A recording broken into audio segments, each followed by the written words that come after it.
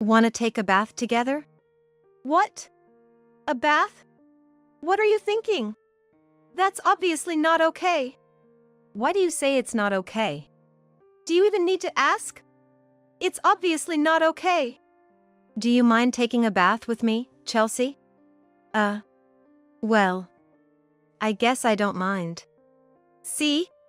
Besides, it's not so weird for family to bathe together, right? I was stunned by Chelsea's unexpected approval, frozen in thought. While I was frozen, my husband took Chelsea by the hand and headed to the bathroom. My husband and Chelsea are close, and sometimes they even sleep in the same bed. It's not bad for a family to be close, but this seems different. Moreover, there's another thing that's been bothering me. Chelsea, turning 15, is in the midst of puberty. She's never rebellious, always obedient and sweet. However, her expression is always gloomy. I've worried about her being ill, but she suddenly gained enough weight that her school uniform doesn't fit, so it doesn't seem to be an illness. With so much on my mind, I've been feeling uneasy lately. But a phone call began to clear away my confusion. No, we're good here. Who was that? Oh, just a scam call. Interested in investing? Who would fall for that nowadays? My husband laughed it off as just a nuisance call, but his smile was strained. He looked pale and sickly. Guess I should head to work then. Already? That's early for you today. Yeah, got a lot of reservations, so I thought I'd prep extra. Normally, he eats lunch before heading to work, but today he rushed out of the house. I got the impression that my husband was running away from something. Later, I found out that the call was from Child Protective Services. As I learned the reason for the call, anger started to bubble up inside me, and I found myself gripping the phone so tightly I thought I might crush it. I will never forgive anyone who hurts my precious daughter. I am Amy. A 42-year-old ordinary office worker that you could find anywhere. My husband, Sam, is 1 year older than me and works in a restaurant. Our daughter, Chelsea, is 15 years old, and until now, our family of 3 has lived happily together. However, as Chelsea entered the tricky teenage years, our family dynamic has started to feel a bit strained. Hey, Dad. When you come home, take a shower first. It's unbelievable to just sit on the couch without showering. I'm tired. I'll take one after I rest for a bit. Seriously, unbelievable. The couch is gonna rot. Chelsea didn't greet her tired father returning from work with a welcome, but with venom instead. This has become a familiar scene recently. As my husband heads to the shower, Chelsea, with a sour face, sprays deodorizer on the couch. Feeling sorry for my husband, I try to smooth things over a bit. Your dad is working hard, you know. Be a little nicer to him. Why are you so cold to your dad? It's just physically repulsive to me. Chelsea talks to me normally. Her cold attitude is reserved only for my husband, and the reason seems nebulous. I've experienced it too. Daughters can unconditionally dislike their fathers. I feel sorry for fathers of daughters everywhere. However, it's not like there are no fathers who get along with their daughters. My husband has a colleague who does, and he often talks about it. A colleague of mine has a 14-year-old daughter, and she has no problem going out just with her dad. If it were us, it would be a hard no right away. It seems like a problem without a reason, so solving it might be difficult. Maybe it's best to just not be disliked too much and wait for puberty to pass? No, it doesn't seem to be just that. My colleague said there are certain things he's conscious of to get along with his daughter. Hearing that, I've been thinking of giving it a try. My husband looked confident. Seeing a successful example, he must think he can do it too. I have my doubts that it's that simple, but if it can bring my husband and daughter closer, then I'm all for it. I decided to watch and see what my husband would do. The first thing my husband tackled was his attire. At work, he typically wore jeans and a black shirt, along with a bandana and an apron. Since his work clothes were similar to casual wear, He often wore the same jeans and black shirt on his days off for convenience. Realizing this was a problem, he stopped wearing his work clothes outside of work and started buying new clothes. Working in a restaurant meant he inevitably came home smelling of food. So, he started taking measures against body odor more diligently than ever before. According to what he heard at work, maintaining a regular lifestyle rhythm is also important. Wow, you're up early today, aren't you? I've decided to start waking up at the same time as you too. Are you sure that's okay, even with your late work hours? It's fine. Serve me the same breakfast as you guys. It was unusual for my husband to be around in the morning. His job usually meant he came home late and started work after noon, so he was often still asleep when I went to work and our daughter went to school. However, staying in bed could lead to less communication with the family and might make it seem to our daughter like he was always oversleeping. So, he started waking up early to have breakfast with us. My husband made many other efforts as well. With all this hard work, I hoped that maybe he could get along better with our daughter. Creepy. Reality can be harsh. My daughter dismissed my husband's efforts to get closer to her as creepy and left for school. I worried that this might have broken his spirit. Is all this effort for nothing? What else can I do? Maybe I'll ask around for more advice. He murmured as if talking to his toast. But it seemed he hadn't given up yet. Seeing my husband's diligent efforts made me want to do more than just watch. I wanted to help. After all, it's always better for families to be close. Let's try a little harder. I'll help you out. Yeah, thanks. Let's work hard to become a close-knit family. He bit into his toast with renewed vigor, which had just moments before served as his confidant. At that moment, I couldn't have imagined that all his efforts and enthusiasm would end up steering us in such a disastrously wrong direction. We decided to launch a campaign to improve my daughter's fondness for her father. The first thing I did was to get along better with my husband. Apparently, when a child sees their mother getting along well with their father, it can help alleviate any dislike the child may have for the father. I'll prepare some drinks for you, so why don't you go take a bath first? Got it. Sorry for always causing you trouble. What are you talking about? You're always working late and come home tired, so it's the least I can do. Our daughter watched the exchange between my husband and me from the living room. As he headed for the bath, I noticed her looking at me with something to say. What's up? You've been really nice to Dad lately. Did something happen? It's the usual. You've just been avoiding Dad, so you haven't seen us talking, that's all. Okay then. It seems to be working. Despite previously avoiding even being near her father, our daughter has started to observe his interactions. I'm also gathering information about her daily life to facilitate conversation between her and her father. By the way, I heard a kid in your grade got caught shoplifting. Do you know her? Well, she's in the same grade, so I know who she is. But we've never been in the same class or talked or anything. I see. Just make sure you don't do anything like that. As if I would. I know. Just saying. If the shoplifting incident involved a close friend, it would be a sensitive topic requiring careful discussion. However, that doesn't seem to be the case here. I'll share this with my husband later. My husband and I continued our efforts cooperatively and gradually. Perhaps due to our efforts, the relationship between my husband and our daughter improved. Are you gonna watch TV? Wait a minute, I'll move to a kitchen chair. No need. Come sit on the sofa with me. Really? Is that okay? Of course, it is. Besides, moving all the drinks and snacks over would be a hassle, right? Oh, need more drinks? Shall I get some from the fridge?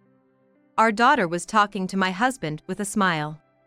She was even offering to get him a drink from the fridge. I never imagined such a miracle could happen. While I was happy to see this change, I also wondered why she had suddenly started acting so differently. Adolescence is indeed a time when emotions can be particularly volatile, so it's likely that our concerted efforts managed to significantly shift our daughter's feelings. It's comforting to think that our actions had such a profound impact, so I'll happily embrace that notion. While the two of them are now sitting together on the sofa watching TV, my husband occasionally glances over at me in the kitchen, his face breaking into a smug grin. His expression is one of pride. Although it's slightly annoying, he has worked hard and seems genuinely pleased with the results, so I'll let it slide. Just when I thought that we could continue to live harmoniously as a family of three, a curious phenomenon began to unfold. Chelsea, I bought some cream puffs. They're just from the convenience store, but want to share? Yeah, I'll have some. Chelsea no longer avoided her father. However, the brightness that once lit up her face seemed to have faded. What's wrong? Are you feeling ill? Not really. Actually, I think I'll save the cream puff for tomorrow. Eating it at night might make me gain weight. All right. I'll put it in the fridge for you then. Thanks. Chelsea retreated to her room.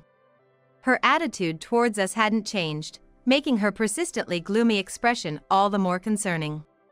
Hey, have you noticed anything off with Chelsea lately? I've heard she's been having some troubles at school. Could it be that? She's having troubles? Hasn't she talked to you about it? It feels wrong for me to tell you if she hasn't said anything herself. Ah, I see. Being the last to know feels wrong. Well, I'm sure she'll talk to you about it in time. Just wait a bit longer. I'll handle things for now, leave it to me. I was torn between feeling reassured and frustrated by my husband's words. But given his recent rapport with Chelsea, perhaps it was best to let him handle it. Following my husband's advice, I decided to wait for our daughter to come to me with her concerns. All right, I'll go talk to Chelsea now. He prepared a tray with 2 cream puffs and a drink. Then, with a triumphant look, he headed towards Chelsea's room. Shortly after he left the living room, I heard the door close with a thud. It seemed he was welcomed into her room. Reflecting on the times when she used to venomously tell him not to sit on the sofa, a significant change. Ironically, I find myself not privy to our daughter's troubles. Seemingly, a shift flipped the dynamic between my husband and me. Currently, being someone to whom our daughter hasn't confided her troubles, there seems to be nothing I can do. I decided to simply take a bath and go to bed. The following morning, a minor disturbance unfolded in our household. Waking up, I noticed my husband's absence from the bed. Assuming he had started his day early, as had become his custom, I headed to the living room. But he wasn't there either. Not in the bathroom, not anywhere. Pondering his whereabouts, the sound of Chelsea's room door opening caught my attention. Given their conversation last night, she might know something. Chelsea, have you seen your dad? Oh, there you are? I'm here. Where have you been? I slept in Chelsea's room.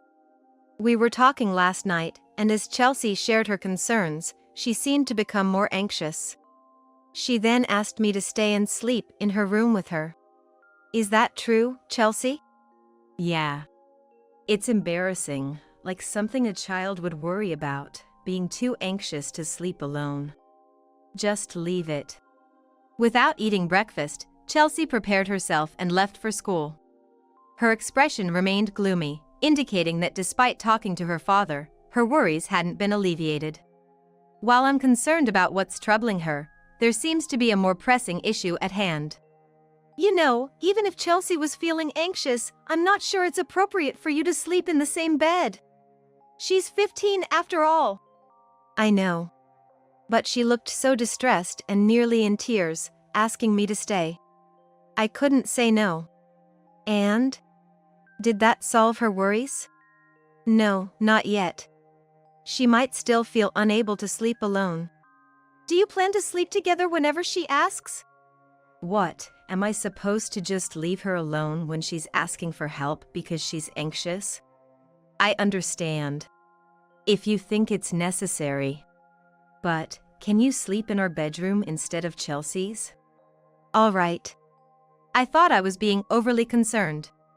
However, I felt it was inappropriate to let my husband and daughter sleep together alone without any worries, so I suggested a compromise where the three of us would sleep together.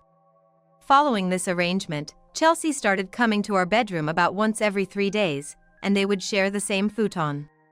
While I don't know the specifics of her troubles, it's clear that sleeping with her father isn't a solution to the kind of worries she's facing. Good morning. Breakfast is ready. Thank you.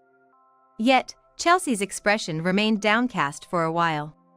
And her demeanor towards us continued to be compliant. Since her expression was the only thing that seemed gloomy, I wondered if she might be feeling unwell, but there was no sign of decreased appetite. In fact, she had suddenly gained enough weight that her uniform was getting tight, indicating it probably wasn't an illness. The only concerning sign was her increasingly rough skin. Have you gained a bit of weight? Your skin is breaking out, too. Are you eating too much junk food? Oh, could it be a heartbreak? I intended to make a light-hearted joke to dispel some of the gloom surrounding her, but it seems I crossed a line. Chelsea, having barely eaten 2 bites of her toast, tossed it aside and left for school. That might have been a mistake. It seems I've even misjudged the distance between my daughter and myself. Muttering to the toast, just like my husband used to, I painfully realized our roles had completely reversed. And then, as if to add insult to injury, my husband suggested something unbelievable to our daughter. Chelsea, wanna take a bath together? What? A bath? While I was washing dishes, I almost dropped the plate I was holding. I had already allowed them to share a bed for argument's sake, but taking a bath together? I knew I had to intervene. Taking a bath? What are you thinking? That's obviously not okay. Why can't Chelsea and I take one? I'd understand if she didn't wanna, but why do you say it's not okay? Do I even need to ask? It's obviously not okay. Do you mind taking a bath with me, Chelsea? Well, I guess I don't mind. See? Chelsea and I are close.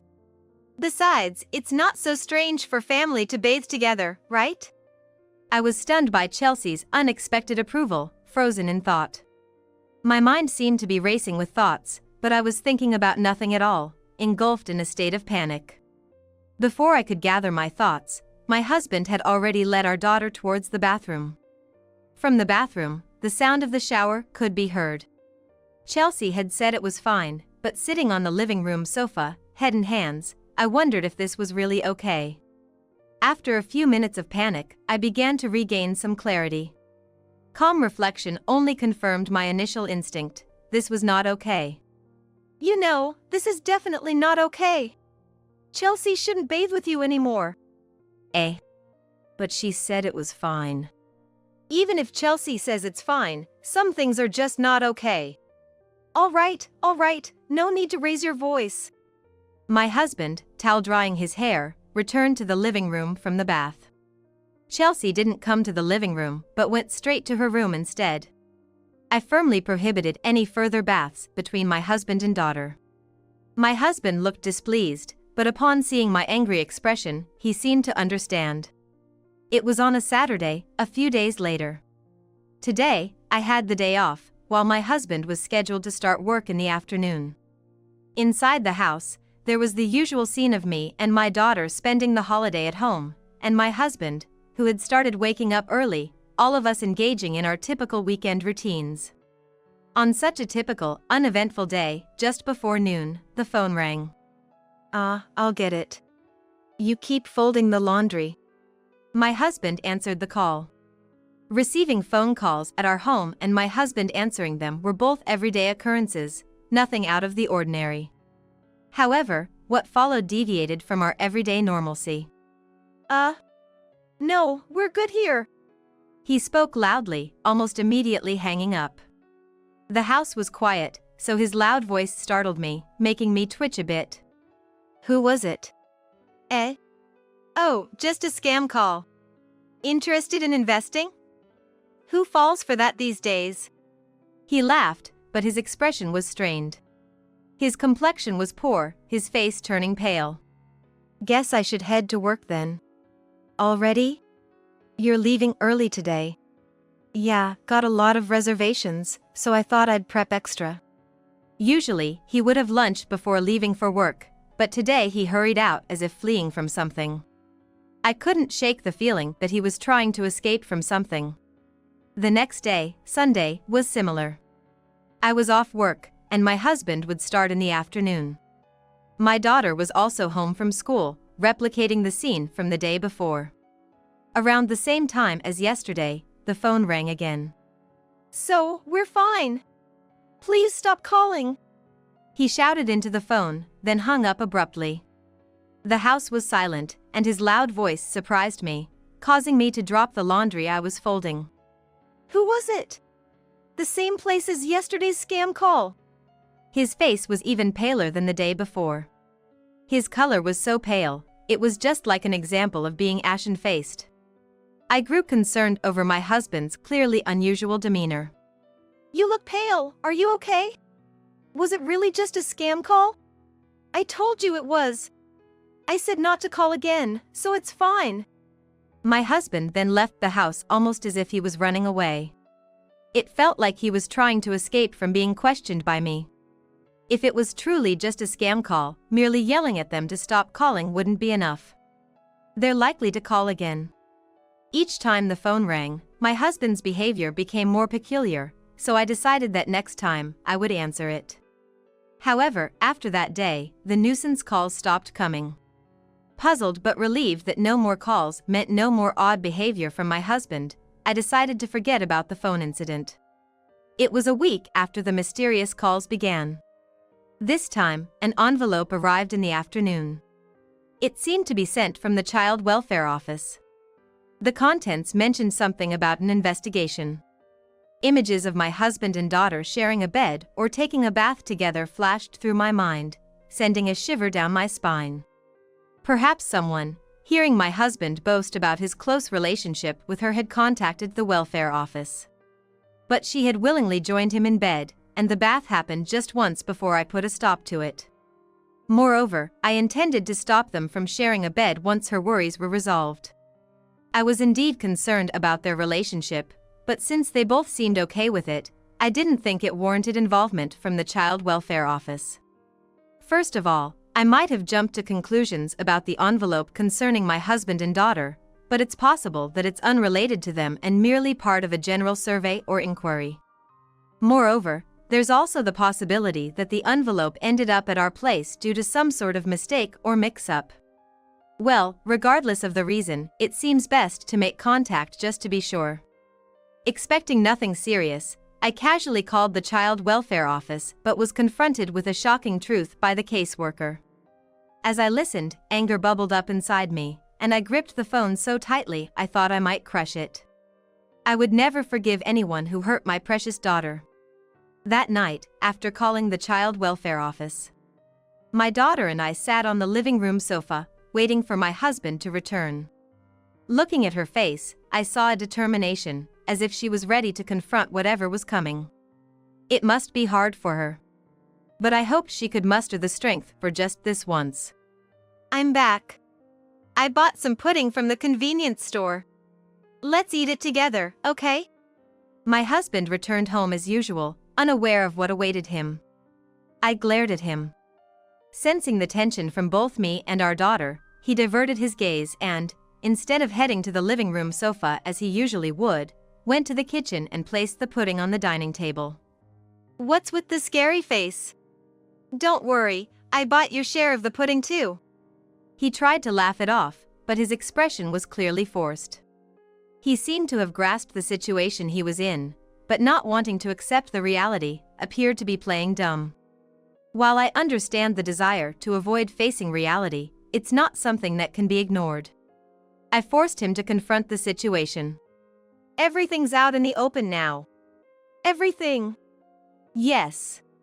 What you did to Chelsea, and how you tried to hide it by blocking calls from the Child Welfare Office, making it seem like they stopped calling. He looked at my face, then at our daughter's. Realizing he couldn't talk his way out of this, he slumped down on the spot. I already knew everything from talking to Chelsea and the child welfare office. But it was important to hear it from him too. It all started when Chelsea's friend got caught shoplifting, right? Yeah. When you talked to me about it, I said I barely knew the kid, but the truth is, we were friends. And your friend told you if they got caught again, it would be serious, so they asked you to shoplift for them? Yeah. Then I got caught by the store staff. I really regret it now. Chelsea's voice trembled. At 15, she still has a lot to learn about friendships and made a mistake in her associations. I imagine it's tough for her, who is already remorseful, to discuss the matter, but I hope she can endure this one time, both for the sake of having a necessary conversation with her father and to have her own missteps acknowledged once more. So, Chelsea got caught shoplifting at a store on a weekday, on her way to school. I had already left for work, so you took the call from the store and apologized on her behalf, right? Yes, I did. I begged the store not to contact the police or the school, and they agreed not to make a big deal out of it. That part's fine, but what happened next is the problem. Can you explain? I wanted Chelsea to think well of me, so I decided to keep the shoplifting incident a secret from you, making it our little secret, as if it never happened. And as a result, Chelsea started to smile and be grateful to you. Hearing the truth from my husband made my head ache. I'm not overconfident in my parenting, but I know that what he did was fundamentally wrong in raising a child. Regarding the events that have unfolded up to this point, it's clear that our daughter also has her share of fault. However, from this point forward, I believe the responsibility lies entirely with my husband. You got carried away because Chelsea started smiling and being nice to you, right? Say it yourself what you did to her. If Chelsea doesn't listen to me, I'll tell your mom or the school about the shoplifting. So, you threatened your own daughter to keep quiet and then coerced her into sleeping and taking baths together? I can't believe this. Recalling the events of sharing a bed and taking baths with her father seemed to darken Chelsea's expression even more. It was a look I had seen on her face a lot lately. Being in a vulnerable position, Chelsea couldn't defy her father and ended up complying with his demands. What appeared as closeness between father and daughter was actually built on immense stress for her. And physically, she was also affected by the stress. Do you realize how much Chelsea has suffered? She's been diagnosed with polycystic ovary syndrome. Polycystic ovary syndrome? What's that? Is it a disease? Yes. Chelsea developed this condition because of the immense stress you caused her. But she doesn't look sick. My husband was shocked to hear about our daughter's illness, but he was the cause. While I felt he should indeed feel responsible, I didn't want his worry. Like my husband, I initially didn't think our daughter was ill. The reason we didn't think she was ill was because of her sudden change in body shape. She suddenly gained enough weight that her uniform no longer fit her. However, it wasn't because she was overeating. Polycystic ovary syndrome appeared to be a condition where the development of the ovaries that protected the eggs was halted partway, resulting in numerous small cysts remaining within the ovaries. It was said to be caused by an imbalance in hormone levels, and it was believed that the significant stress my daughter had experienced from my husband led to such a hormonal imbalance, resulting in her developing this condition. The primary symptoms of this disease included irregular menstrual cycles and infertility. Additionally, it seemed to make her gain more weight and also cause skin issues. When did you go to the doctor?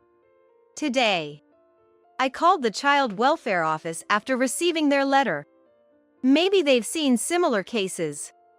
When I told the caseworker about Chelsea's condition, she suggested we see a doctor. So, the child welfare office, huh? I boasted to others about getting along with Chelsea but never mentioned sleeping or bathing together. You only found out from the letter, right? Who contacted them? It was me. Chelsea, you contacted them yourself? I wanted to break free from doing everything Dad wanted because of the shoplifting incident. I couldn't talk to Mom about it, so I called the child welfare office myself. They said I should first talk honestly with Mom about the shoplifting. But I couldn't bring myself to say it. Chelsea couldn't say it herself, so it was arranged for the child welfare office to tell me first. That's why they called this weekend when I was home. But then you answered and even blocked the child welfare office's calls. What were you thinking? You're just making things worse for yourself. No. But, regardless of how, it's good for parents and children to get along. And if you get down to it, it's Chelsea's fault for shoplifting in the first place. Don't say something so ridiculous. It's wrong that Chelsea shoplifted, but that's also our responsibility as parents. We need to ensure she pays for her mistakes and learns from them.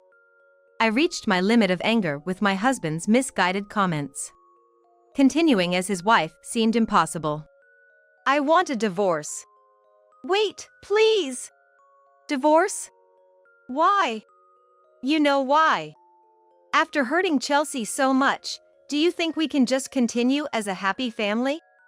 Well, could you please pack your things and leave quickly? My husband got up wearily and left the house. After that, my husband and I got divorced. I reported to the child welfare office that we had divorced, I had taken custody of our daughter, and a restraining order was placed against my ex-husband, prohibiting him from approaching her. I thought that would conclude our dealings with the child welfare office, but it seems things weren't gonna be that simple. My ex-husband used to sleep close to our daughter in the same bed and had her wash his body in the bath. This behavior was reported to the police as potentially constituting sexual abuse towards her. As a result of this report, he was arrested.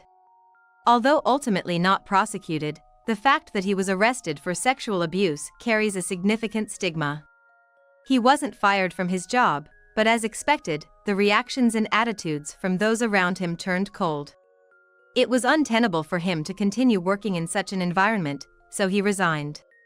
Perhaps seeking a fresh start where no one knew him, he eventually disappeared without a trace. As long as I receive child support payments each month, I don't care where he is or what he's doing. All that matters is that he doesn't show up in front of us.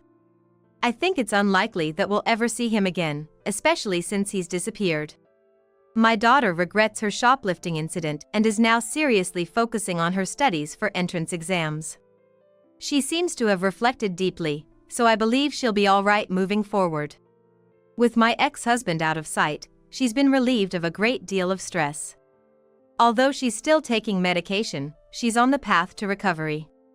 I've realized that I also played a part in this ordeal. Had I been more attentive to my daughter's changes, I might have resolved this situation sooner. Now that I'll be a single mother, I can't afford to let things like this happen again. Reflecting on my own immaturity as a parent, I'm committed to being more considerate of my daughter's needs and well-being in the future.